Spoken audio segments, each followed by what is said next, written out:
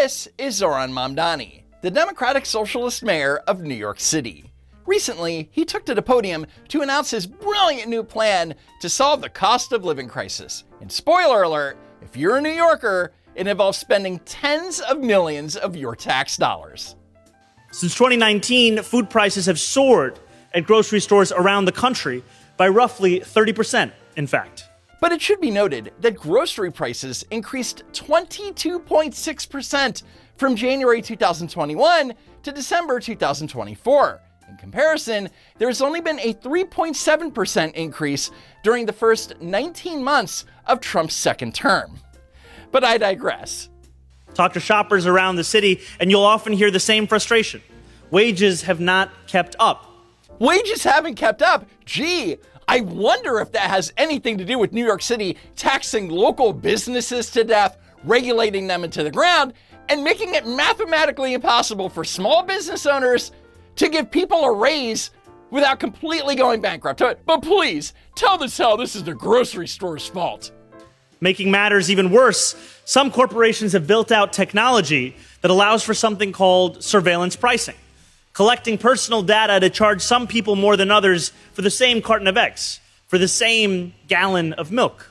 Surveillance pricing is just a terrifying way of describing things like loyalty and rewards programs, or like when you go to CVS and you get one of these giant receipts that offer $2 off a family-sized bag of candy. Basically what Mamdani is saying, that it's unfair that people who take the time to download and use a rewards app get a better deal than people who don't. Providing a discount to frequent shoppers isn't a dystopian surveillance state. It's called a coupon. And they've been around for like a century. All of this leaves too many New Yorkers feeling like groceries are out of reach.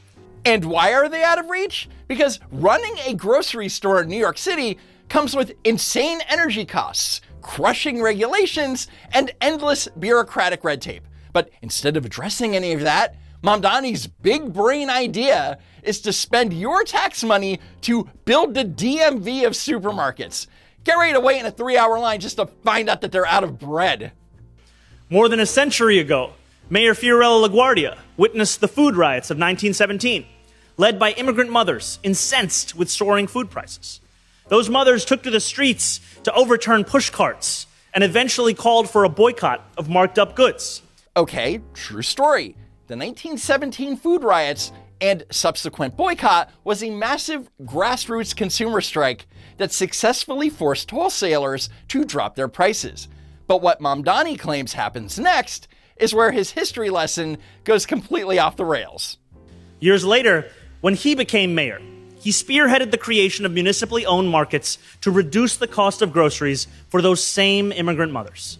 That is a complete fabrication.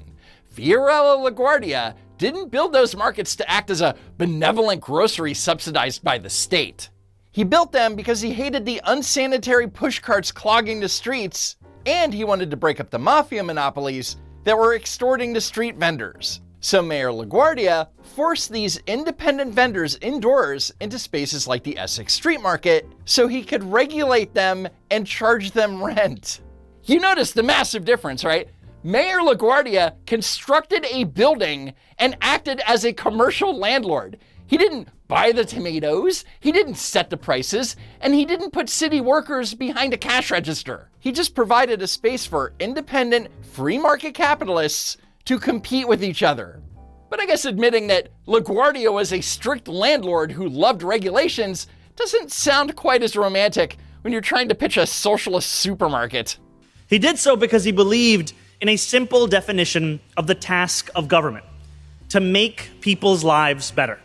Today, we are one step closer to fulfilling that fundamental responsibility.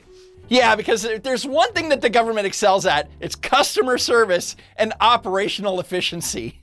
Just imagine the joy of the DMV, but instead of waiting 3 hours to renew your license, you're waiting 3 hours to find out that the city-run supermarket is completely out of everything. Today, I am proud to announce a collection of essential staples that will be predictably 30% cheaper at all 5 of our city-run grocery stores. Woo! Yay! 30% cheaper! because politicians can just unilaterally decide things cost less without any economic consequences. It's like Michael Scott yelling, "I declare bankruptcy," and thinking that all of his debts just magically vanished into thin air. This core set of goods will include all fresh produce, meat, and seafood, along with 20 other essential items like cheese, milk, and bread. Here's how it will work. Once a month, our 5 city-run grocery stores will set prices for this core set of goods at 30% below typical retail prices. No exceptions, no gimmicks. No gimmicks, my ass. The gimmick is the taxpayers are going to be bailing out this store's deficit every single month, because the average profit margin for a grocery store is between 1 and 2%. If you magically slash prices by 30% across the board, you're operating at a massive, catastrophic loss on literally every single item that you sell. The savings will last for the entire month. That means no weekly fluctuations nor sticker shock at the checkout line. Not for our seniors living on fixed incomes, nor for the parents who rely on a regular supply of apple slices to keep toddler tantrums at bay. Wait, so how much does Mom Donnie think an apple costs? It's a fruit, not a luxury vehicle. In my research, I found that the average price of a 3-pound bag of apples is like $5. So at the Mom Donnie market, they would cost $3.49. Or you could take a trip to Target and buy them for $3.49, which is, wait for it, 30% off. It's almost like the free market already figured out how to provide affordable produce at scale. No socialism required. Can we all see this incredible example of produce in my hand? Now you will see these plantains here, so for anyone wondering how much these beautiful plantains might cost, you can use this QR code or head to grocery.nyc to access our policy report. He just held up a bunch of plantains like it was a bar of solid gold. But plantains aren't some kind of out-of-reach luxury item. They're $1. But sure, scan the QR code to read a giant government PDF about how the state is going to heroically subsidize a piece of produce by 30 cents. What a visionary. I'm going to demonstrate exactly what that means. Ladies and gentlemen, the QR code does work. You can see this here. Okay, that's great that the QR code works, but did anyone else notice what he didn't say? He never told us how much the plantains will actually cost, and neither does the website that the QR code takes you to. By the way, I would like to point out that the produce Mom Donnie was featuring at the press conference was infested with bugs. Yuck. If this is the hand-picked pristine produce that they brought out for a high-profile photo op in front of the media, just imagine the state of the food when the government is actually running the whole store. I guess that's how they'll keep prices low. They save money by completely skipping pest control. Bon appetit, New York. 30% off adds up to real money for New Yorkers, with an estimated $90 saved on grocery bills each month. That is more than $1,000 saved every year. Wait, New Yorkers? No. You're opening 5 stores in a city of 8 million people. This isn't saving New Yorkers $1,000 a year. It's saving a tiny percentage of people who live near these 5 specific stores $1,000 a year. A dubious claim in itself. While the other 7.9 million New Yorkers pay for it through higher city taxes. Our vision of affordable, well-run, city-owned grocery stores can only be accomplished with experienced operators who know how to source products, stock the shelves, and help answer shopper questions. So today, we are also issuing an RFP for private operators to help us with the day-to-day management of our 5 city-run grocery stores. Whoa, whoa, whoa. That's not what he promised during his mayoral campaign. I'm Zahran Mamdani, and as mayor, I will create a network of city-owned grocery stores. It's like a public option for produce. So he promised that it was going to be a city-owned grocery, not a city-run grocery. But fine, it's a city-run grocery entirely run by a private operator. Makes sense to me. What's your problem? If you know how to run a grocery store and you want to do more to help your fellow New Yorkers, I encourage you to head to grocery.nyc or scan the QR code to learn more about how to apply. Yes, any experienced operator who actually knows how to run a grocery store will take one look at this business model that mandates a 30% loss on inventory and run screaming into the opposite direction. Unless, of course, they're a massive corporation in desperate need of a giant tax write-off. In that case, it's the investment opportunity of a lifetime. As we make these stores a reality, we are committed to ensuring those who work here will have good contracts for good jobs, with store workers receiving family-sustaining wages and benefits. In the wealthiest city, in the wealthiest country, in the history of the world, no New Yorker should have to worry about being able to afford to feed their family.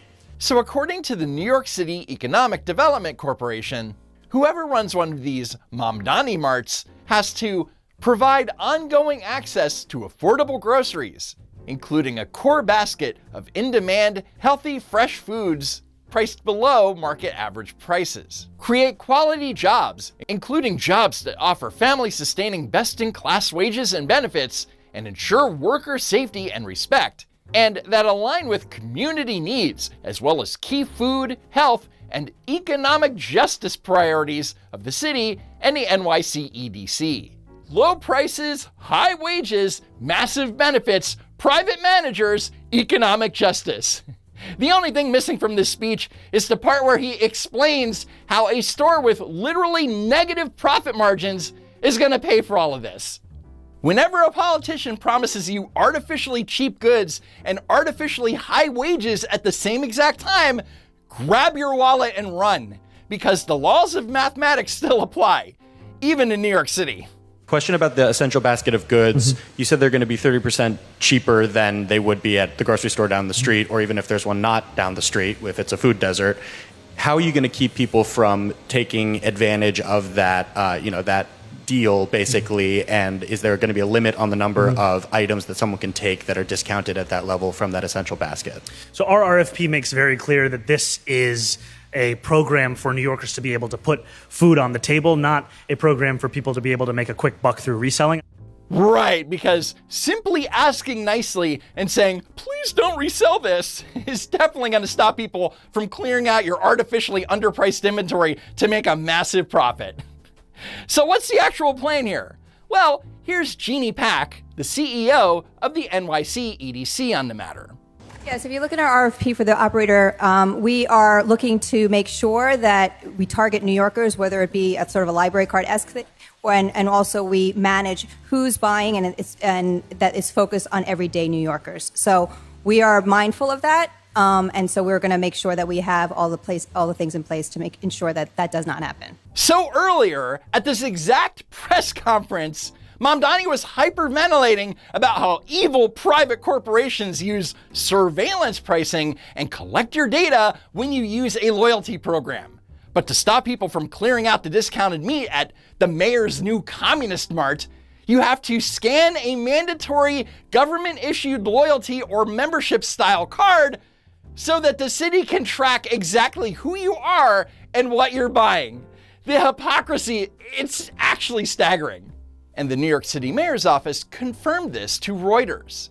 Pak was referring to a provision to prevent bulk buying and reselling, and that private operators of the stores will design a system to manage inventory similar to savings, loyalty, or membership cards found at a typical supermarket.